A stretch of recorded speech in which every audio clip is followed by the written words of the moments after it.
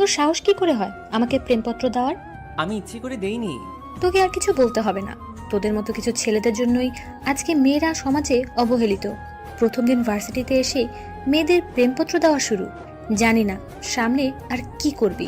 তোকে দেখে তো মনে হয় একদম নিষ্পাপ বাচ্চা, কিন্তু তুই যে এমন একটা কাজ করবি তা তোকে দেখে কেউই বুঝতে পারবে না। আর শোন, আর কখনো কোনো মেয়ের সাথে এরকম করবি না। মাথা নিচু করে দাঁড়িয়ে আছি। অনেক ছাত্রছাত্রী দাঁড়িয়ে আমাকে দেখছে। কোনো কিছু না করেও এইভাবে সবার সামনে অপমানিত হলাম। অবশ্য অপমানিত হওয়া আমার কাছে নতুন কিছু নয়। সেই ছোটবেলা থেকেই অপমানিত হয়ে আসছি। বাবা মা মারা গেছে তখন আমি অনেক ছোট। তারপর থেকেই এতিমখানায় বড় হয়েছি। এইচএসসি পর্যন্ত সেখানে থেকে পড়ালেখা করেছিলাম। কিন্তু যখন আমার বয়স 18 হলো, তারপর তারা আমাকে কিছু টাকা দিয়ে বলল যে এখন থেকে আমি আর এখানে থাকতে পারবো না। সেখান থেকে চলে আসার পর বুঝেছি জীবন সংগ্রামে বেঁচে থাকাটা কতটা কঠিন। ভালো রেজাল্ট করেছি বিধায় এই কলেজে অনার্সে চান্স পেয়েছি। আমি রবি আল ইসলাম, আর এই দুনিয়ায় আমি শুধু একা, কেউ নেই আমার। কলেজের গেট দিয়ে ঢুকে সামনে যাইতেছি, তখনই কেউ একজন ডাক দিল। সামনে যাওয়ার পর বলল, কলেজে নতুন? জি ভাইয়া নতুন। নাম কি? রবি আল ইসলাম। তোমাকে দেখে তো ভদ্র মনে হয়, কিন্তু তুমি এই বেয়াদবিটা কি করে করলা? আমি কি করেছি ভাইয়া? আমরা তোমার সিনিয়র, আর তুমি আমাদের সালাম না দিয়েই চলে যাচ্ছিলে কেন? দুঃখিত ভাইয়া, আমি খেয়াল করিনি, এখন থেকে দিব। ঠিক আছে, এবারের মতো মাফ করে দিলাম। এই খামটা নাও। আর ওই যে দেখছো যে মেয়েটা দাঁড়িয়ে কথা বলছে, ও আমার ফ্রেন্ড। তুমি ক্লাসে যাওয়ার সময় ওই মেয়েটাকে এই খামটা দিবা। এটা খুবই গুরুত্বপূর্ণ একটা কাগজ। আচ্ছা ভাইয়া দিব। তারপর মেয়েটাকে খাম দেওয়ার পর কি হলো তা তো আপনারা জানেনই। ক্লাসে চলে আসলাম। কিছুক্ষণ পর দেখলাম ওই ছেলেগুলো আর ওই মেয়েটাও ক্লাসে আসছে। তার মানে ছেলেগুলো আমার সিনিয়র নয়। স্যার এসে সবার সাথে পরিচয় পর্ব সেরে নিলেন। প্রথম দিন ছিল বলে আজকে তেমন আর ক্লাস হয়নি।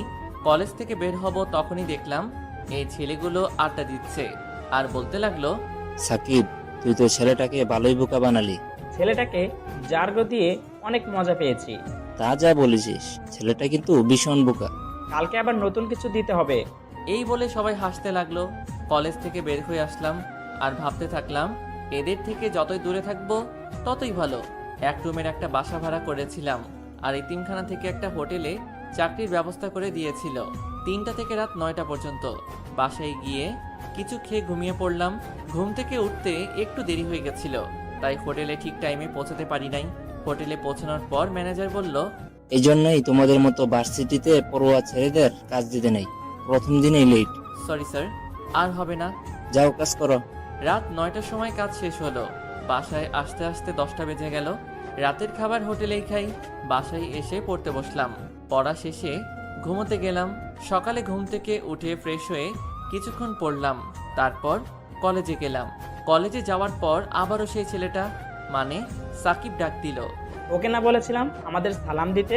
সালাম কেন দিব? আমরা তো একসাথেই পড়ি। তোরে তো। তখনই একজন স্যার চলে আসলো। কি হচ্ছে এখানে? যাও ক্লাসে যাও। তারপর ক্লাসে চলে আসলাম। ক্লাস শেষ করে যখনই বাহিরে আসব তখনই একটা ছেলে আমাকে ধাক্কা দিল। তোর সাহস কি করে হয় আমাকে জড়িয়ে ধরার? আমি ইচ্ছে করে করিনি, কে যেন আমাকে ধাক্কা দিয়েছে। অন্যায় করে আবার মিথ্যা কথা বলছিস। প্রথম দিন আমাকে লাভ লেটার দিলি, আজকে আবার জড়িয়ে ধরছিস। তোকে যেন আর কখনো আমার সামনে না দেখি। এই বলে মেয়েটা চলে গেল। তখনই সাকিব বলল, কিরে, কেমন দিলাম? এখন থেকে সব সময় আমাকে সালাম দিবি। কিছু বললাম না, জানি এদের কিছু বলে লাভ হবে না। চলে আসলাম সেখান থেকে। রাস্তা দিয়ে হাঁটছি আর ভাবছি আমি কি শুধু সবার কাছে অবহেলিত হয়ে থাকবো? বাইরের পৃথিবীটা যে কতটা কষ্টের তা এখন বুঝতে পারছি। বাসায় চলে আসলাম। আজকে আর ঘুমালাম না, ঠিক টাইমে হোটেলে চলে আসছি। তখনই ম্যানেজার এসে বলল, রবি, এই খাবারগুলো ওই টেবিলে দিয়ে আসো তো। আচ্ছা স্যার।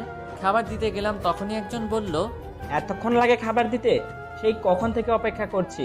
ঠিক টাইমেই তো দিলাম স্যার। আবার মুখে মুখে কথা। যাও এখান থেকে। চলে আসলাম ওখান থেকে। ঠিক টাইমে খাবার দিলাম, তারপরে বলে কিনা যে দেরি হয়েছে। হোটেলের কাজ শেষ করে বাসায় চলে আসলাম। কিছুক্ষণ পরার পর ঘুমোতে গেলাম। শুয়ে শুয়ে ভাবছি আমার জীবনের লক্ষ্য কি। এই দুনিয়ায় তো আমার কেউ নেই, না আছে কোনো আত্মীয় স্বজন, না আছে কোনো বন্ধু। আমার সাথে তো কেউ ভালো ব্যবহার করে না। জানি না এই অবহেলিত জীবনের সমাপ্তি কখন ঘটবে? আমি মরে গেলে আমার লাশ দাফন করার জন্য কেউ থাকবে না, এসব ভাবছি আর দু চোখ বেয়ে পানি পড়ছে। সকালে ঘুম থেকে উঠে কিছুক্ষণ পড়লাম, তারপর কলেজে আসলাম।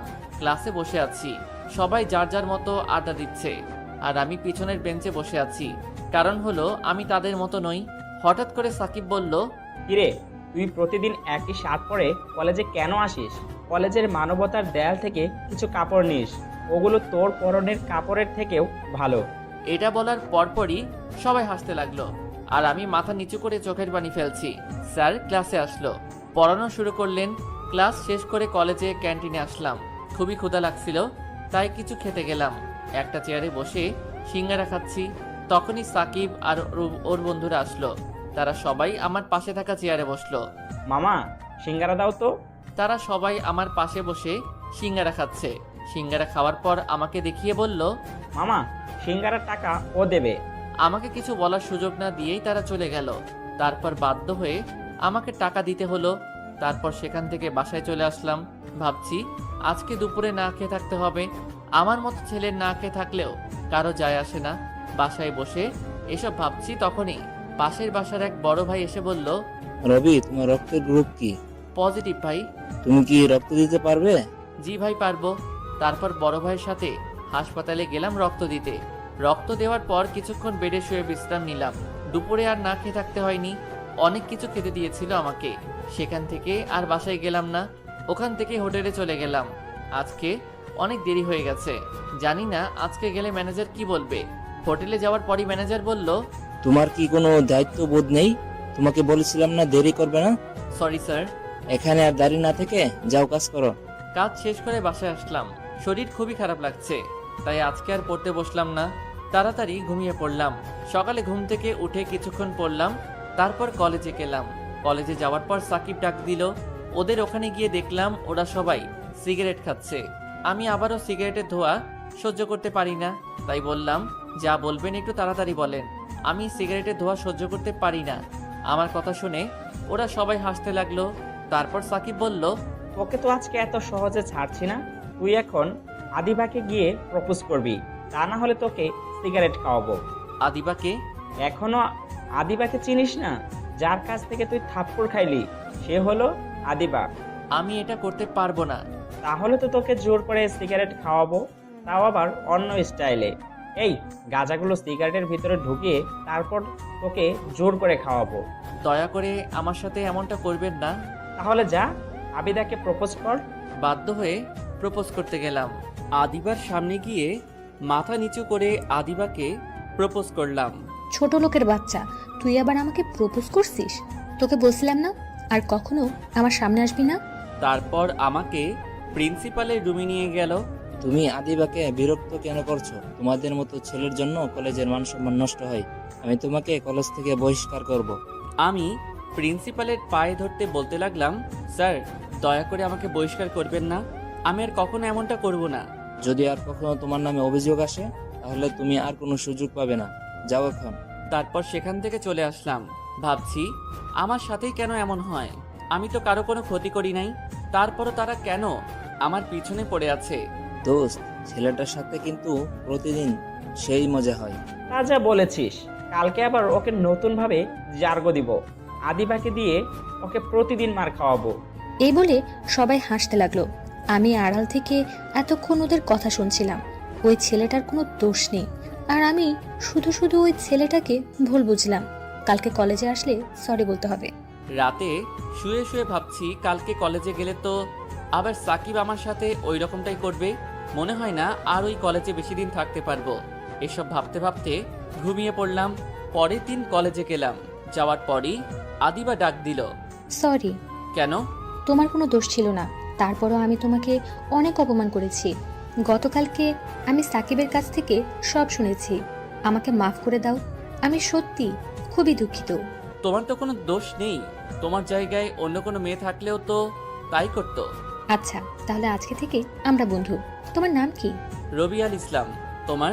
আদিবা সুলতানা। আজকে থেকে আমরা বন্ধু তাহলে? না। কেন? তার মানে তুমি আমাকে মাফ করতে পারো নাই? দেখো, তুমি বড়লোক বাবার মেয়ে আর আমি রাস্তার ছেলে, তোমার সাথে আমার বন্ধুত্ব করা ঠিক হবে না। আর কখনোই এ কথা বলবে না। তুমি যেমনই হও না কেন, তারপরও তুমি আমার বন্ধু। তারপরও আর কোনো কথা বলবি না। আর এখন থেকে আমাকে তুই করে বলবি। আচ্ছা, চেষ্টা করব। তারপর ক্লাসে চলে গেলাম। প্রথমবার আমি সামনের বেঞ্চে বসলাম, তাও আবার আদিবার সাথে। ক্লাস শেষে আদিবার সাথে ক্যাম্পাসে বসে আছি। তোর মোবাইল নাম্বার দে। আমি ফোন চালাই না। মানে তোর কি কারোর সাথে কথা বলার প্রয়োজন হয় না? না, কেন? আমার কেউ নেই।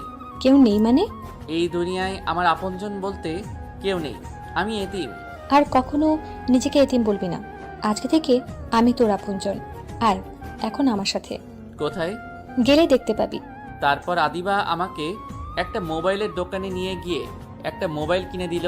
আমার সব কথা শুনে করুণা করছিস আমাকে? দিব একটা থাপ্পড়। এত বেশি বুঝিস কেন? তোরে এই মোবাইল দিয়েছি আমার সাথে কথা বলার জন্য। তারপর দুপুরে একটা রেস্টুরেন্টে গেলাম। খাওয়ার পর আদিবাকে বললাম, আমি তাহলে এখন যাই। কোথায় যাবি? কাজে যাব। মানে? আমি একটা হোটেলে চাকরি করি, 2টা থেকে রাত 10টা পর্যন্ত। চল আমি তোকে নিয়ে দিয়ে আসি। তারপর আদিবা আমাকে ওর গাড়িতে করে আমাকে হোটেলে নামিয়ে দিল। হোটেলের কাজ শেষ করে বাসায় গেলাম। বাসায় যাওয়ার পর পড়তে বসলাম। তখনই আদিবা ফোন দিল। কি করিস? এইমাত্র বাসায় আসলাম, এখন পড়তেছি। ভালো। তা কিছু খেয়েছিস? হ্যাঁ, হোটেল থেকেই খেয়ে এসেছি। তুই? এইমাত্র খেলাম। আচ্ছা তাহলে পড়, কালকে কলেজে কথা হবে। আচ্ছা। পড়া শেষে ঘুমিয়ে পড়লাম। সকালে ঘুম থেকে উঠে ফ্রেশ হয়ে কিছুক্ষণ পড়লাম। তারপর কলেজে গেলাম। কলেজে যাওয়ার পর সাকিব ডাক দিল। ওই ফকিরনি, এদিকে আয়। কোথা থেকে যেন আদিবা এসে বলল, ও যাবে না? তুই বলার কে? আমি ওর বন্ধু। আর আজকে থেকে তোরা ওকে আর কোনো বিরক্ত করবি না। তোরা এতদিন ওর সাথে যা করেছিস তা সবই আমি জানি। আর যদি কখনো ওর সাথে খারাপ কিছু করার চেষ্টা করিস তাহলে প্রিন্সিপালের কাছে বলে তোকে কলেজ ছাড়া করব। এই বলে আমাকে নিয়ে অন্য জায়গায় চলে গেল। তোর সাথে যে ওরা এত খারাপ ব্যবহার করে তা তুই কিছু বলিস না কেন? কি বলবো, সবাই আমার সাথে ওই রকম করে। আজ থেকে কেউ যদি তোর সাথে খারাপ ব্যবহার করে তাহলে তুই তার প্রতিবাদ করবি। তারপর ক্লাসে আসলাম। একটা ক্লাস করার পরই আদিবা বলল, চল। কোথায়? ক্লাস করবি না? আজকে আর ক্লাস করব না, এখন তুই আর আমি ঘুরতে যাব। তারপর আদিবা আমাকে নিয়ে নদীর পাড়ে একটা পার্কে ঘুরতে গেল। একটা বেঞ্চের উপর দুজনে বসে আছি, হালকা বাতাস বইছে, খুবই ভালো লাগতেছে। হঠাৎ আদিবা আমাকে বলল, আচ্ছা তুই কখনো কোনো মেয়ের প্রেমে পড়েছিস? কখনো এটা নিয়ে ভাবিনি। কেন? কিভাবে বেঁচে থাকবো তার ঠিক নাই, আবার প্রেমে পড়বো? তুই কি কারো প্রেমে পড়েছিস? অল্প অল্প। বুঝলাম না। বুঝতে হবে না, এখন চল ফুচকা খাবো। তারপর আদিবা আমাকে নিয়ে ফুচকা খেতে গেল। ফুচকা খাওয়ার পর আদিবা আমাকে হোটেলে নামিয়ে দিল। হোটেলের কাজ শেষে রাতে বাসায় গিয়ে শুয়ে শুয়ে ভাবছি, জীবনে প্রথমবার মনে হলো আমি একা নই। প্রথমবার মনে হলো কোনো আপনজনের ভালোবাসা পেয়েছি। যতক্ষণ আদিবার সাথে ছিলাম ততক্ষণ মনেই হয়নি যে এই দুনিয়ায় আমার কেউ নেই। জানি না আদিবা আমাকে কিভাবে, কিন্তু আমি চাই ও এভাবে সবসময় আমার সাথে থাকুক।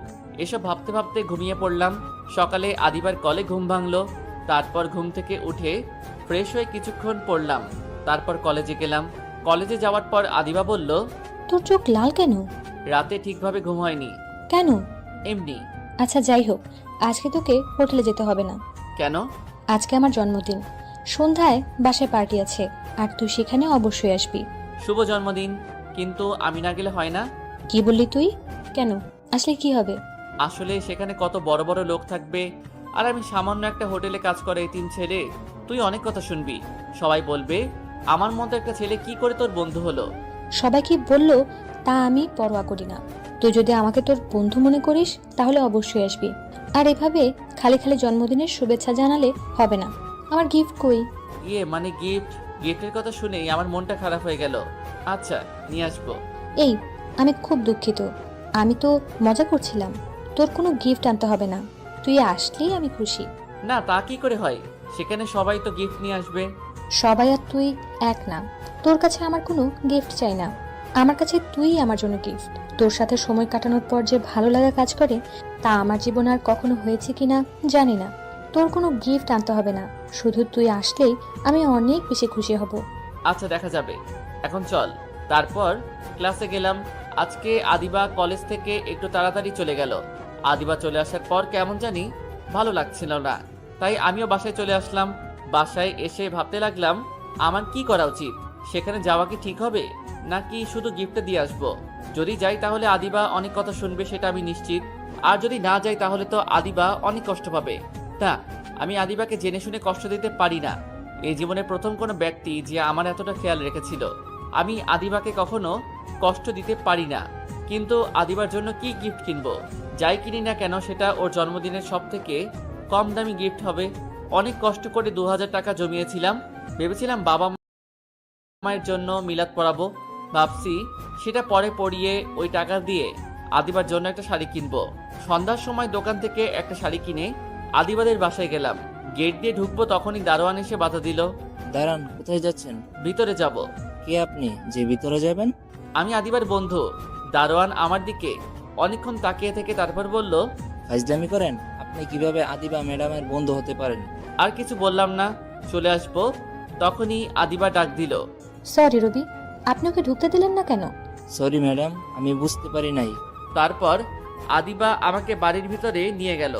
বাড়ির ভিতরে ঢুকেই তো আমি অবাক চোখে তাকিয়ে আছি। অনেক বড় বাড়ি আদিবাদের, আর পুরো বাড়ি অনেক সুন্দর করে সাজানো হয়েছে। এখানে যারা এসেছে তারা সবাই অনেক বড় লোক, আর আমাকে দেখে যে কেউ বুঝে যাবে আমি কি রকম। সবাই আমার দিকে তাকাচ্ছে, কেমন জানি লাগছে আমার। এখানে না আসলেই বুঝে ভালো হতো, এসব ভাবতে থাকলাম। তারপর আদিবা আমাকে নিয়ে কেক কাটতে গেল। প্রথমে ওর বাবা মা, তারপর আমাকে খাইয়ে দিল। আমি বোকার মতো আদিবার দিকে তাকিয়ে আছি, আর বাকিরা সবাই অনেক অবাক হয়েছে, কারণ আমার মতো একটা ছেলেকে আদিবা ওর বাবা মায়ের পর কেক খাইয়ে দিল।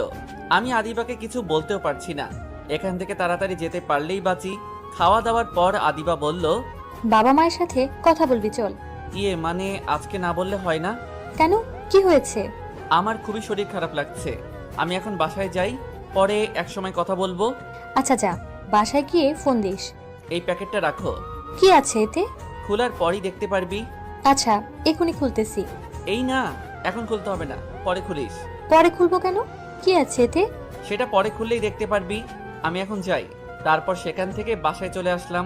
বিছানায় শুয়ে শুয়ে ভাবছি আদিবা ওর বাবা মায়ের পরই আমাকে কেন কেক খাইয়ে দিল। আমি কল্পনাই করতে পারি নাই যে আদিবা আমাকে তখন কেক খাইয়ে দিবে। সেখানে উপস্থিত সবাই অনেক অবাক হয়েছে। আদিবার বাবা মা কি ভাববে জানি না।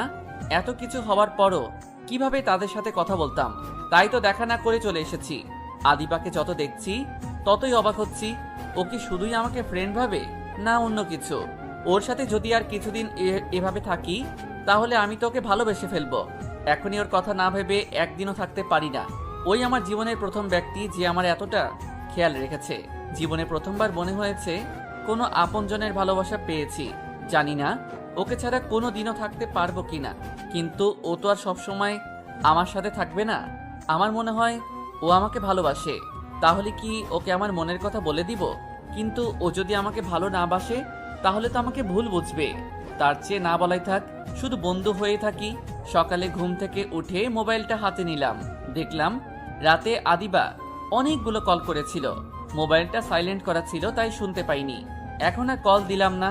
তারপর ফ্রেশ হয়ে কিছু খেয়ে কিছুক্ষণ পড়লাম। তারপর কলেজে গেলাম। কলেজে গিয়ে দেখলাম আদিবার আমার আগেই চলে এসেছে। আমাকে দেখেই রাগী কণ্ঠে বলতে লাগলো, রাতে কই ছিলি? কেন, বাসায় ছিলাম। কতগুলো কল করেছি, ধরলি না কেন? আসলে তোদের ওখান থেকে আসার পরই ঘুমিয়ে গেছিলাম, আর মোবাইল সাইলেন্ট করা ছিল, তাই শুনতে পাইনি। তোকে বলেছিলাম না গিফট না আনতে, তারপর কেন আনলি? কেন, পছন্দ হয়নি? দিব এক থাপ্পড়। পছন্দ হবে না কেন? কত সুন্দর একটা শাড়ি, কিন্তু তুই এত টাকা কিভাবে জোগাড় করলি? এত টাকা কোথায়? মাত্র 2000 টাকা। তোর জন্মদিনের সব থেকে কম দামি গিফট। টাকা আমার কাছে ছিল। তোকে দেখে বোঝা যাচ্ছে যে তুই মিথ্যা কথা বলছিস। সত্যি কথা বল। আসলে একটু একটু করে ওই টাকাগুলো জমিয়েছিলাম।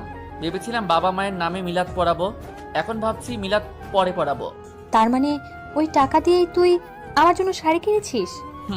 আদিবার দু চোখ পেয়ে পানি পড়ছে, আর সাথে সাথেই আমাকে জড়িয়ে ধরে কাঁদতে কাঁদতে বলল, কেন তুই ওই টাকা দিয়ে শাড়ি কিনতে গেলি?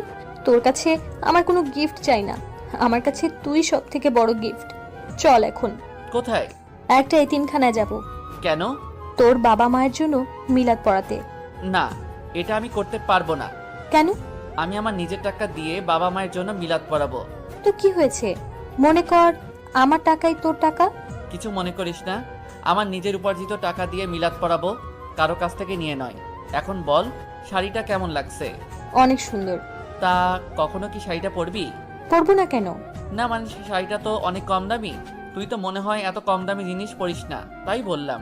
পরিনি তো কি হয়েছে, এখন থেকে পরবো। কালকে বিকালেই শাড়ি পরে তোর সাথে নদীর পাড়ে ঘুরতে যাব। দেখা যাবে, এখন চল। তারপর ক্লাস করে বাসায় চলে গেলাম।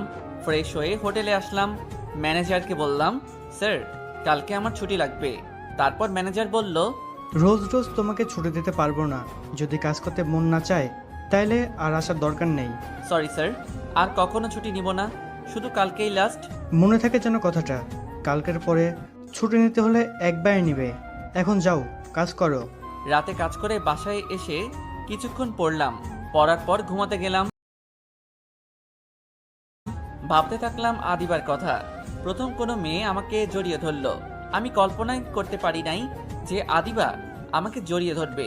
ওর সাথে থাকতে থাকতে কখন যে ওকে ভালোবেসে ফেলেছি তা নিজেও জানি না। এখন তো এমন হয়েছে ওর সাথে কথা না বলে থাকতেই পারি না। যখনই কেউ আমার সাথে খারাপ ব্যবহার করে তখনই আমার আদিবার হাসি মুখটা চোখের সামনে ভেসে ওঠে। তখন সেই সব অপমান আর গায়ে লাগে না। কালকে বিকালে আদিবা আমার দেওয়া শাড়ি পরবে। তাহলে কালকে কি আদিবাকে আমার মনের কথা বলে দিব? জানি না ও আমাকে কিভাবে। সকালে ঘুম থেকে উঠে ফ্রেশ হয়ে কলেজে গেলাম। আজকে একটু আগে কলেজে চলে আসলাম। গিয়ে দেখি আদিবা এখনো আসেনি। কিছুক্ষণ একটা বেঞ্চের উপর বসলাম। এর মধ্যে আদিবাও চলে এসেছে। আমার কাছে এসে বলতে লাগলো, আজকে এত তাড়াতাড়ি চলে এসেছিস?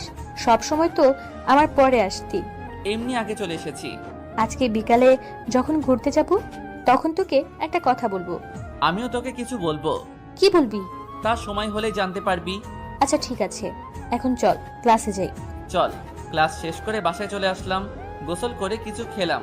তারপর একটু ঘুমিয়ে তৈরি হয়ে নদীর পাড়ে গেলাম আদিবার সাথে দেখা করতে। আদিবা আসার আগেই আমি সেখানে চলে গেছি। আমি খুবই চিন্তিত, জানি না আদিবাকে আমার ভালোবাসার কথা বললে ও কিভাবে নেবে সেটা। যদি ও আমাকে ভালো না বাসে তাহলে হয়তো আমাদের বন্ধুত্ব ভেঙে যাবে। কিন্তু আমি তো আদিবাকে ছাড়া থাকতে পারবো না। অনেক ভালোবেসে ফেলেছি ওকে। কিন্তু ও আমাকে কি কথা বলবে? ও কি আমায় ভালোবাসে? এসবই মাথায় ঘুরপাক খাচ্ছে। এর ভিতরে আদিবা চলে এসেছে। আমার দেওয়া শাড়ি পরে এসেছে। খুবই সুন্দর লাগছে ওকে। ওর দিকে এক ধ্যানে তাকিয়ে আছি। আদিবা আমার কাছে এসে বলতে লাগলো, এভাবে তাকিয়ে কি দেখছিস? তোকে দেখছি। আমাকে আজকে নতুন দেখছিস মনে হয়। তা না, তোকে আজকে অনেক সুন্দর লাগছে। ভাবছি সত্যি কি এটা তুই নাকি অন্য কেউ। আর শাড়িটা পরার জন্য ধন্যবাদ। তাকিয়ে থাকতে হবে না, আর ধন্যবাদও দিতে হবে না। এখন চল কিছুক্ষণ হাঁটি। তারপর আদিবার সাথে হাঁটতে লাগলাম। আদিবা কথা বলছে আর আমি নির্বাক শ্রোতার মতো ওর কথা শুনছি আর ওকে দেখছি। আজকে আদিবাকে খুবই সুন্দর লাগছে। ভাবছি এখনই ওকে ভালোবাসার কথা বলবো, কিন্তু তার আগেই আদিবা বলল, চল ফুচকা খেয়ে আসি। চল। আদিবা আমাকে নিয়ে ফুচকা খেতে গেল। তারপর দুজনে মিলে ফুচকা খেলাম। ফুচকা খাওয়ার পর নদীর পাড়ের একটা বেঞ্চে দুজনে বসে আছি। আদিবা বলল, আচ্ছা, তুই না আমাকে কিছু বলতে চেয়েছিলি? তুইও তো কিছু বলতে চাইছিলি। আগে তুই বল, তারপর আমি বলবো। না, আগে তোরটা বলবি। আচ্ছা আমিই বলবো, একটু পরে। দাঁড়া, একজনকে ফোন করে নিই। হ্যালো, কোথায় তুমি? তাড়াতাড়ি আসো, আমরা সেই কখন থেকে বসে আছি। কার সাথে কথা বললি? আর কে আসবে? আসলেই দেখতে পাবি। আচ্ছা রবি, মনে কর তুই একজনকে ভালোবাসিস কিন্তু বলতে পারছিস না। কিন্তু হঠাৎ করেই সে যদি তোকে প্রপোজ করে, তাহলে তুই কি করবি? অবশ্যই রাজি হব। আমিও একজনকে ভালোবেসে ফেলেছি। তার মানে ও কি আমাকে ভালোবাসে? খুবই আগ্রহ নিয়ে ওকে জিজ্ঞেস করলাম, কাকে ভালোবাসিস তুই? বলবো একটু পরে, এখন ঝালমুড়ি খাবো দুজনে। এর ভিতরেও চলে আসবে। কি আসবে? আসলেই দেখতে পারবি। তারপর দুজনে মিলে ঝালমুড়ি খেলাম। এর মধ্যেই একটা ছেলে এসে আদিবাকে বলতে লাগলো। হ্যাঁ। তারপর ছেলেটা আমাকে বলতে লাগলো, তোমার কথা ও যে কতবার বলেছে তার কোনো ঠিক নেই। তুমি নাকি ওর লাইফে খুবই গুরুত্বপূর্ণ একজন। আমি আদিবাকে জিজ্ঞেস করলাম, ছেলেটা কে? ও রাব্বি, আর আমি ওকেই ভালোবাসি। আদিবার মুখে এই কথা শুনে মুহূর্তের মধ্যেই আমার মনে হলো কেউ আমার বুকে চাবুক দিয়ে আঘাত করতেছে। আদিবাকে দেখে মনে হচ্ছে ও খুবই খুশি। কোনো রকমে চোখের পানি আটকে হাসি মুখে আদিবাকে বললাম, কবে থেকে? আগে তো বললি না। ওকে আমি অনেক আগে থেকেই ভালোবাসি, কিন্তু ওকে কখনো বলা হয়নি। আমাদের বাসার পাশেই ওর বাসা। ও আমার লাইফের ফার্স্ট ক্রাশ। আর আমার জন্মদিনের পার্টির পর ও আমাকে প্রপোজ করে। আমি প্রথমে খুবই অবাক হয়ে গিয়েছিলাম, কারণ এর আগে কখনোই ও আমার সাথে কথা বলে নাই। আমি শুধু ওকে দূর থেকে দেখতাম। ও প্রপোজ করায় আমি এতটা অবাক হয়ে গিয়েছিলাম যে কিছুই বলতে পারছিলাম না। তারপর ও বলে যে আমাকে সময় নিতে। তারপর আমি আজকে ওকে হ্যাঁ বলে তোর সাথে পরিচয় করে দিতে নিয়ে আসলাম। ও, ভালো করেছিস। তুমিই তাহলে ওই লাইফের বিশেষ ব্যক্তি। আজকে ও বলেছিল যে আমাকে ও বিশেষ কারোর সাথে পরিচয় করিয়ে দেবে।